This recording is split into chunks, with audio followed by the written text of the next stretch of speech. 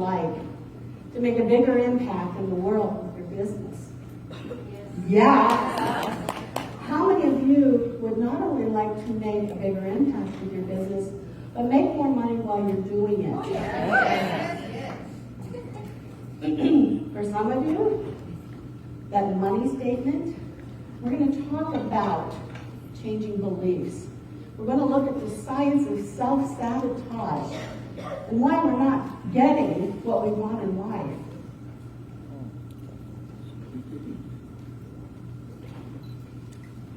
Many entrepreneurs put personal development on the back page of their to-do list, and they never get to it until what we call the emotional 2x4 hits them on the head.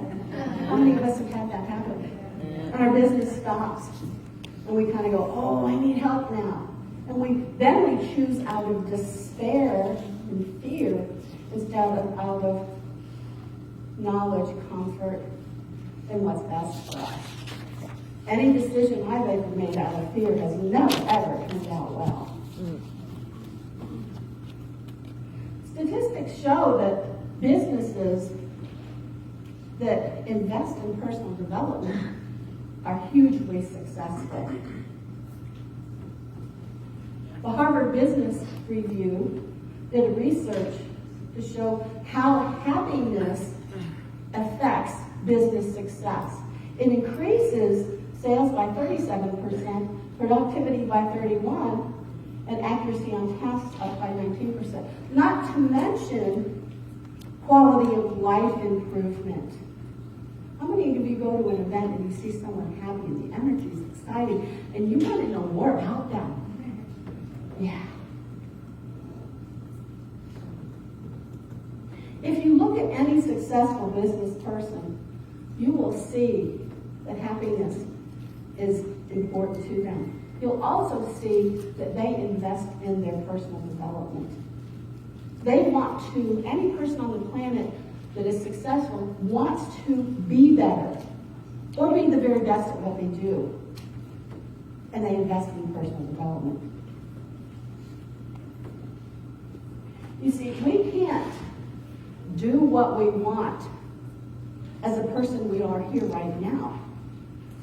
Because if we do, we would have already done. If we want more, we need to do more. Who I am today can't get here unless I make a change, unless I do more.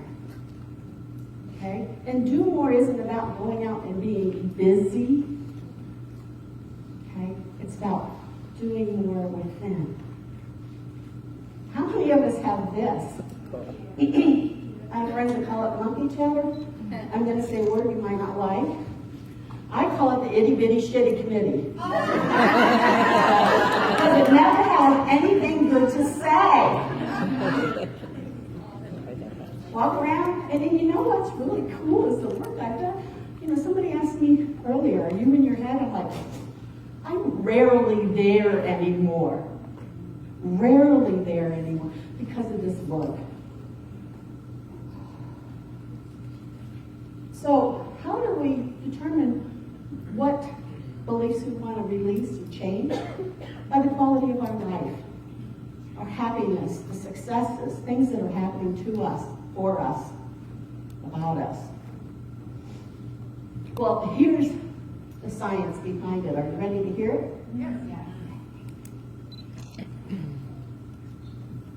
Our subconscious mind is in charge 95% of the time through habits that were programmed into our brain in the first 7 years of our life. Yes, it's on autopilot by a 7-year-old. Our habits are on autopilot by a 7-year-old, unless we change. Now, what we think is only 5% in charge. So how do we know the difference? Again, we look at our success rate. One of the things that I do with my clients is I muscle test them. And people that go, oh, muscle testing, that's woo-woo. Guess what? Muscle testing is the same science as a lie detector test.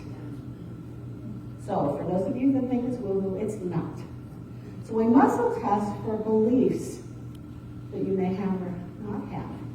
And then I have these magic tricks I use with not only myself and my clients.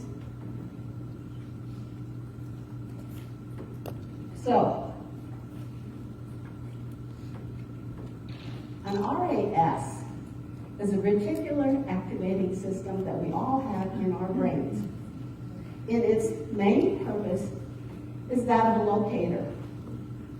It locates what your beliefs believed to be true.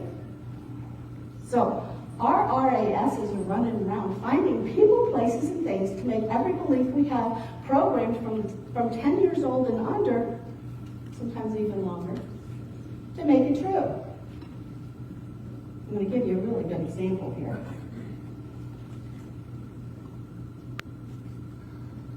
This is me when I was little. When I was 7 or 8 years old, the love of my life at 7, named Dougie Trendle, was at school calling me sissy. Sissy, sissy, sissy. You're a sissy. You had the entire class on the playground chanting sissy. And I went home in tears because I've been called sissy. That's the only name I really knew, except for when the teacher called attendance, she used to say Elizabeth Ann. And I would look around, who's that? So I went home and I asked my mom, I said, so Mom, why am I a sissy? And she said, because your brother couldn't pronounce the word sister. So imagine what this little 7-year-old decided at that point. Now later on, through the years, I learned that my dad filled out my birth certificate, Elizabeth Ann, naming me after his 2 sisters. My mother wanted to name me something else. So in her stubborn attitude, she decided she wasn't going to call me by that name. But this little 7-year-old, for many years, decided she wasn't even good enough for her own name. So, guess what my RAS did? It found lots of people, places, and things to continue to make that belief true. Horrible grades, an abusive marriage, a divorce, a lot of health challenges, continual, when I was teaching, I taught middle school, 185 middle school kids a day. Yeah, that was real smart. But this little girl that didn't know any better kept having continuous issues. At school, they'd say, how are you? And I'd start to tell them. And they'd go, ooh, wait, we don't need to know all the disasters. Because my RAS didn't think I was good enough for my own name. Now, I've learned some wonderful tools where I've changed my beliefs, and I no longer believe that. And these are the same tools that I use with my, not only daily for me, I still use them because life shows up. And sometimes I don't know all those stinking thinking thoughts until they show up and they go, oh, whoa, I gotta clear that one. I didn't even know it was there. So these are the tools I use with myself, but I also use them with clients for quick, easy, and permanent change. Because we're changing neurotransmitters here.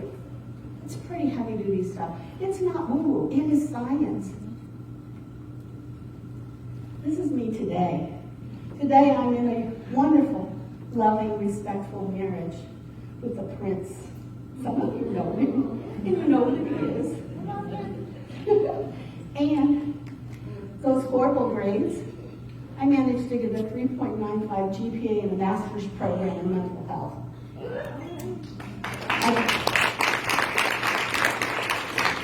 I became an Amazon #1 bestseller. I sold out workshops. I am living my dream. And I'm able to work through stuff that shows up, pretty horrible stuff that still shows up. And I'm able to work through it with dignity, grace, and ease because I have these tools, these amazing, wonderful tools. Today, my RAS goes and looks for the good enoughs, the best enough. And it's really interesting because I'll see somebody and they'll say, how horrible things are out in the real world, I'm like, I'm not even noticing it. It's not on my radar. My RAS isn't finding this stuff. I'm meeting wonderful people. I'm in places that are, life is really good because my RAS knows I'm good enough and I deserve better. I want to talk about one of my clients, and I use fictitious names because confidentiality is really important. Her name is Sally. Sally came to me. She'd made a horrible mistake. She was really upset. Her husband brought her to my office, and she sat down and she said, you know, I had a breast biopsy a few years ago, and they found a tiny lump. And I let my fear make the decision to have a double mastectomy, and I've been traumatized since. We worked through it, and when her husband came to pick her up, he looked at her and he said, I don't know what you did, but you brought me back the woman I fell in love with.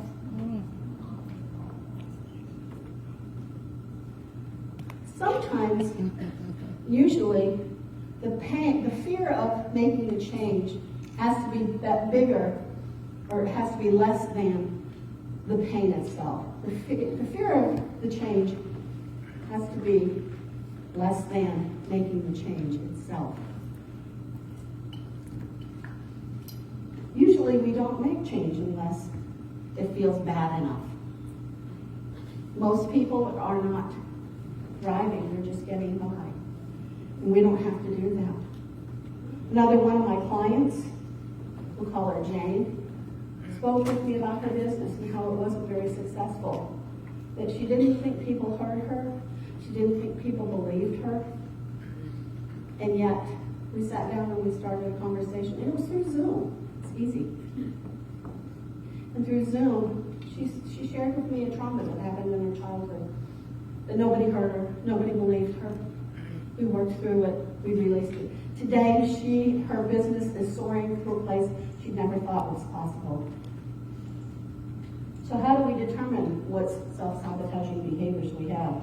They are programmed in the first few years of our lives. Did you know crawling wires the brain for vision? I've seen a lot of 5 and 6-year-olds out there wearing glasses because parents didn't want them to crawl too long. They were in a hurry to get them to walk. Music wires the brain for math. These are just some of the things that we do. Self-sabotaging behaviors, the inability to trust. We don't trust ourselves, we can't trust others, and we second guess ourselves. Perfectionism. Some people think that's a really good quality, but when we redo and redo and redo, we're wasting time. It's a time thief. Undervaluing yourself and not asking for what you're worth. It's huge. Fear of speaking in public. That's another one. Not finishing things you start. This is focus and clarity. Black and white thinking. Oh, this limits possibilities. We need to have an open mind. If you hear yourself, I already know that, guess what? This is an issue. Feeling socially awkward. These are all blocks to our success. And there's more. Wouldn't you like to change some things like I did in my clients? We can't. I have a starfish for my logo for a reason. It's a radiant, it's called the radiant star of the sea, and it can lose an arm and grow a new one. It's a symbol of infinite possibilities. And I want us to declare that we believe it like they do. I believe anything, say it with me, anything is possible. Anything is possible. I believe I'm powerful. I believe I'm powerful. Thank you. Let's give her a Betsy Rock and Betsy Sabotage and accept your accolades.